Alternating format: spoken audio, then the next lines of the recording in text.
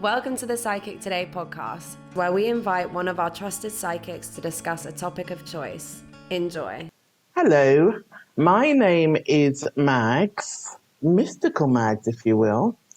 Today, I am going to be talking to you about spiritual portraits. Now, spiritual portraits, it is providing an artistic drawing using a variety of art material. Anything from the humble pencil, charcoal, chalk or oil pastels, acrylic or oil paints, anything of that artistic material.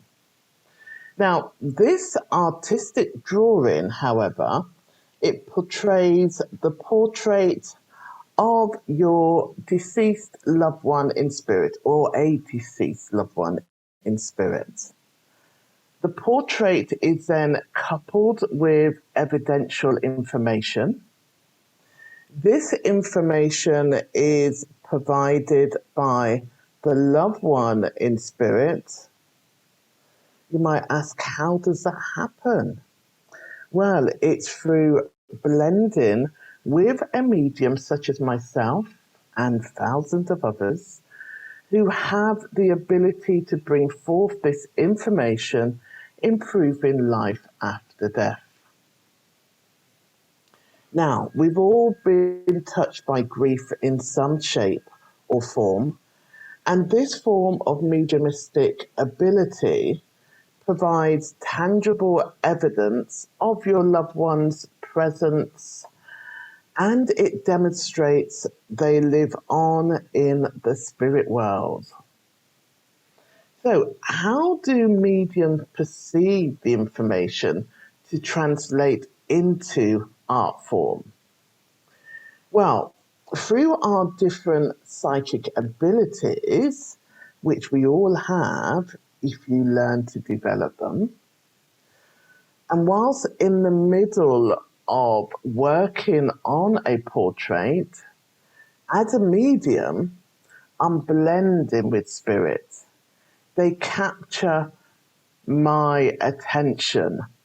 Their thoughts become my thoughts, and their feelings become my feelings. Now, we all work differently as mediums in how we perceive the information. But clairvoyantly is one of them, and that is clear seeing. Being able to see fully formed spirits. Basically like seeing you or I in solid form, or through the mind's eye. So that's almost like an image within your mind. Again, seeing all the form of spirit, or even partially when you're seeing it in your mind's eye. Sometimes they don't show you the full form, they just show you part of what they look like, but you will pick up other ways of gathering the information, and we'll go through that. So whilst drawing, you continue to receive other mental images and even symbols which you have to interpret. It's very much a juggling act, combining mediumship with drawing at the same time. Now, spirit will also come to me another way, clairvoyantly, but in my dreams. And it is an easy way for them to communicate. Normally, it's at the REM stage of dreaming, where the activity levels are pretty much like you're awake, but you're still asleep, but not in a deep sleep. So spirit will literally stand before me so I can take in all their features, and amazingly, I hold on to the memory when I wake. their clear image is still impressed on my mind. Now, they also like to experiment. On one occasion, the only way I can describe it, there was a conveyor belt of three spirits. First, a young lady, a little bit like the Generation Game, if you remember, and depending where you are in the world, but if you remember that program and how they're on a conveyor belt. Well, first there was a young lady, and she was just immediately just shown right in front of me. And she was sitting and she was smiling at me. You know, I could see that she had long blonde hair. She was possibly in her 20s to 30s, quite slim, very much a sort of English rose complexion. So just sitting there and I'm taking it all in, the way how her posture is, just basically it's all sinking in somehow. Then immediately I'm shown another lady, an older lady this time. It's almost like that conveyor belt has gone along now, and now I'm seeing this older lady. And she's sitting quite seriously. There's no smile. She's older. She looks quite weary. So certainly to the latter part of her life, she's kind of slumped. You know, I'm seeing all her features. I think she had short hair, and you know her expression was just very serious. But then the conveyor belt moved again, and I'm then shown the form of a man, but looking away, looking over to the right, in a way, but he's standing in front of a fireplace. So I'm seeing him standing, he's got one elbow on the top of like the mantelpiece over the fireplace, with a forlorn kind of expression on his face, but not looking directly at me. So I've got a side profile that I would be drawing. Well, more of a three quarters actually. So as soon as I woke, I grabbed my pad of paper and I drew all three, who to this day are very clearly etched on my mind. Okay, so that's just one way. Clear cognizance is another way to receive the information. This is all about clear knowing. So when you just suddenly know something to be true, even though you didn't see it, hear it, or feel it, it's almost a stroke of instant insight or a download of information that needs no processing or interpretation. So, for example, so whilst drawing a gentleman who, when alive, lived in America, and I just knew to include in my drawing this gentleman wearing a vest top. You know, this kind of the male vest tops. Years ago, I think they used to wear it under their shirts. But anyway, it was just a vest top. So that's what I drew. He didn't tell me anything. The actual spirit didn't tell me anything. I wasn't seeing him with a vest top. I just knew I had to draw it.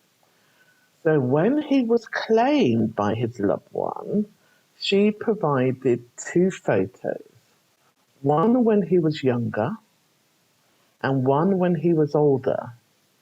And in both photos, he's wearing a vest top.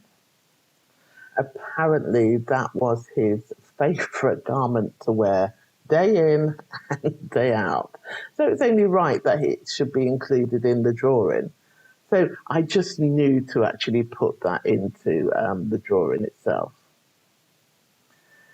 Now, clear audience is clear hearing. So you're able to perceive sounds, words, or noise from spirit. Now, the ability to receive that intuitive information within, it's almost like you're hearing it within, or outer hearing, and it's like somebody's in the room with you. So I will often hear when drawing from spirit, I didn't like my unruly hair. I remember there was one lady, she had really curly hair and it was all over, and she goes, I didn't like my unruly hair, is what I heard. Or a spirit would say, no, wasn't happy about my nose. Yes, it looked like that, but I wasn't happy about it. A spirit will often speak out about parts of their features that they weren't happy with, which of course is passed on with the evidential information. Because it might have been something that they spoke about when they were alive. So that just sort of corroborates the information. Now, clairsentient is clear physical and emotional feeling. So that's like experiencing the spirit's character whilst I'm drawing and relaying the information. So, for example, I would say this spirit comes forward with a great sense of humour, or there's sadness around this spirit, or they come through very emotionally, and I then start to feel emotion, almost like I'm about to cry. Or if it is the sense of humour, I've got this smile on my face, I'm feeling quite kind of jolly. So I would physically pick up as well how they pass all their ailments. So my chest might start to feel tight, or my arm starts to hurt. So although you cannot include this in your drawing, you of course make a note because it forms part of the evidential information that you're going to pass on to their loved one in identifying with this spirit. When they do that, I quickly then say to them, thank you, can you now take it away? And then that feeling goes. All right. Clairalience is clear smelling. So you physically, or I physically, will smell roses or tobacco smoke, and the spirit confirms, because I'll be saying to them, okay, did you like roses, or was it a rose type perfume you wore, or did you smoke? And the spirit will confirm whilst I'm drawing that yeah, they love roses in some shape or form, or they smoked quite heavily. Now, clairgustance, which is clear tasting, so just like with the smell, you can physically taste something that is meaningful to that spirit when they were alive. So there was a spirit who was a biker when alive, who was also interested in the mystic. He also loved his mother's apple pie. Again, I believe he was in America. It was quite emotional how he told the story of his mother's baking. A wonderful memory for him, but it just conjures up the atmosphere in the kitchen and what it would be like him actually going to eat, the apple pie. So that's all part of it. So whilst you are drawing and including all the necessary information to bring the spirit portrait to life, you are also gathering evidential information about that particular spirit, such as how they relate to the person that they're trying to contact. Are they a family relation of somehow husband, wife, mother, daughter, child? Are they a friend? And how they knew them, because they could be a work colleague, they could have met as a work colleague, they could have been childhood friends. You get a general gist to their character, what type of work they did, and it won't just be the last work they've done. You'd often get the story of what they might have started out doing, what they really enjoyed doing, what they were passionate about. It just sort of led on, and they sort of give you a synopsis of their career, what hobbies and interests they followed, any special anniversaries. Now, special anniversaries, they would often come through when there is a special anniversary.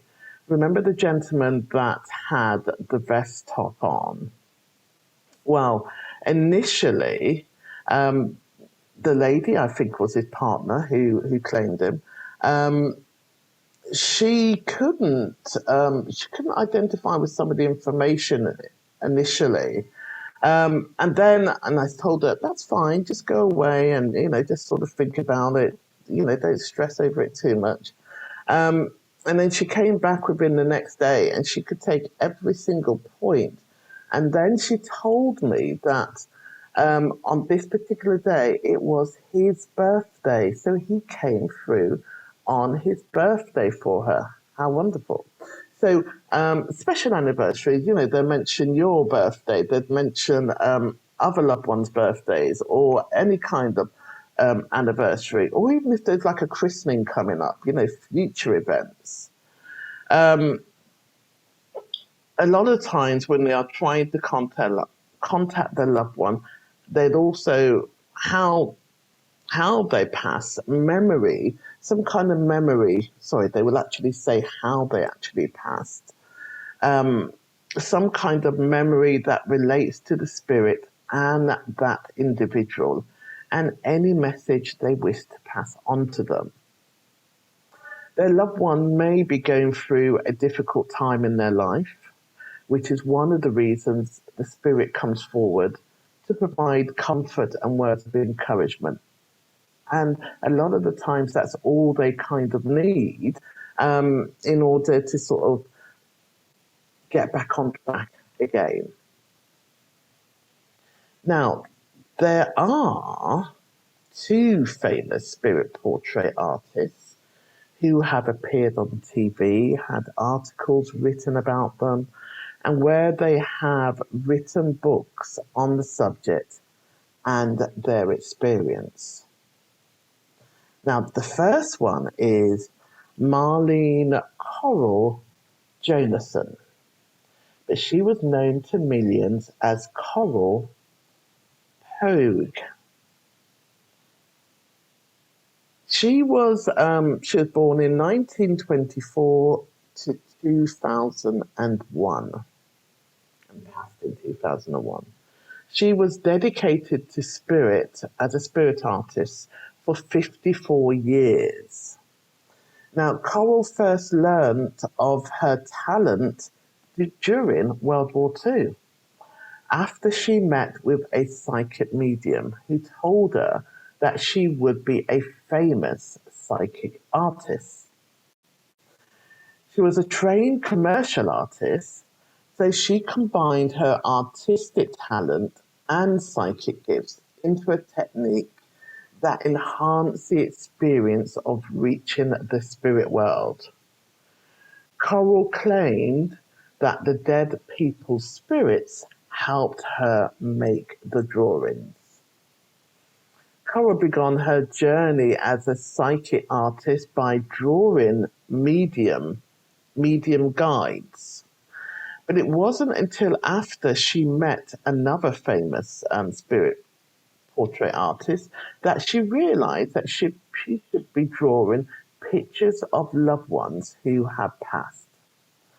Coral said that many of her communicators didn't explain the messages she was passing on.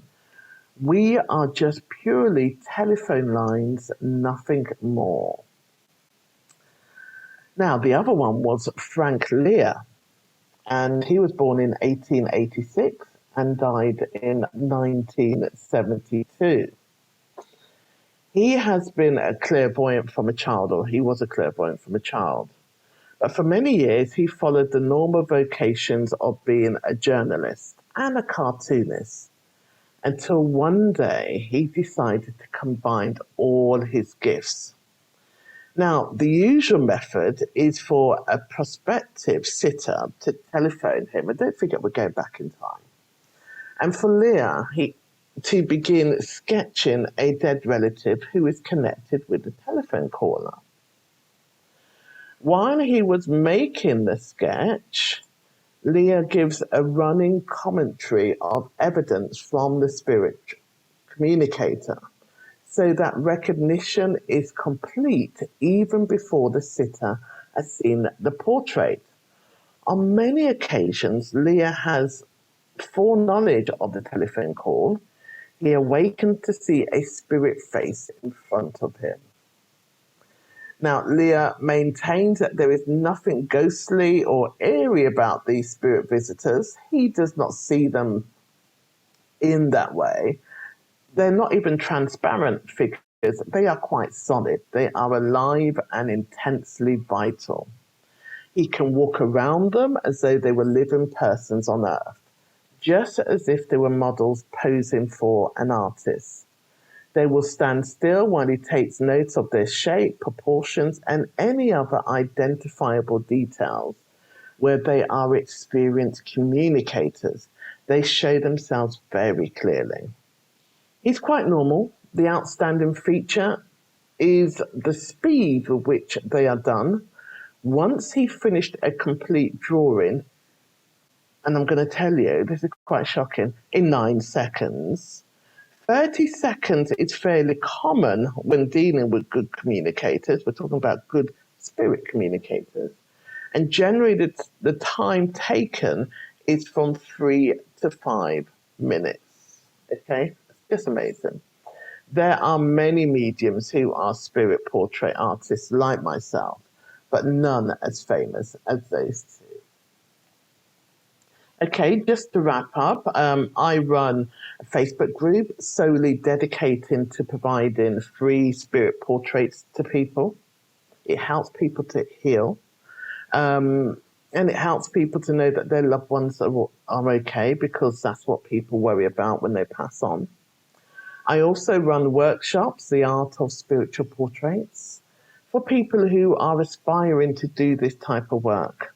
I help develop their mediumship ability, gain confidence, where I inspire, guide, and nurture people's abilities in working in tandem with spirit and getting them to develop a closer relationship with the spirit world. Right, well, I'm Max, and I hope you've enjoyed gaining more insight into the intriguing world of spiritual portraits. Love and light to you. Thanks for listening. Don't forget to like and subscribe so you're up to date with the psychic world. You can also find us on social media using the handle @PsychicToday.